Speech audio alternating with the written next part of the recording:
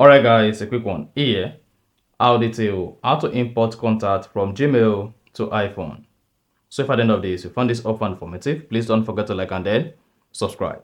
Now the first one to do is go ahead and open the settings app on your iPhone. On the settings, scroll down, locate and click on apps.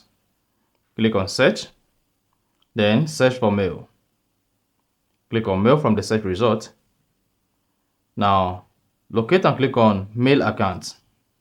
Then select the Gmail where you want to import your contact to iPhone. If the Gmail is not available on the list, just go ahead and click on add account. Now click on Google. Once you selected Google, you want to follow the instruction on the screen to add the Gmail account. Now, once you've added the Gmail account and you have the Gmail account under account here, the next thing you want to do is go ahead and select the Gmail account. Once you selected it, make sure you turn on contact if contact is disabled. Then go ahead and turn on contact. And after that, go back and open the phone app.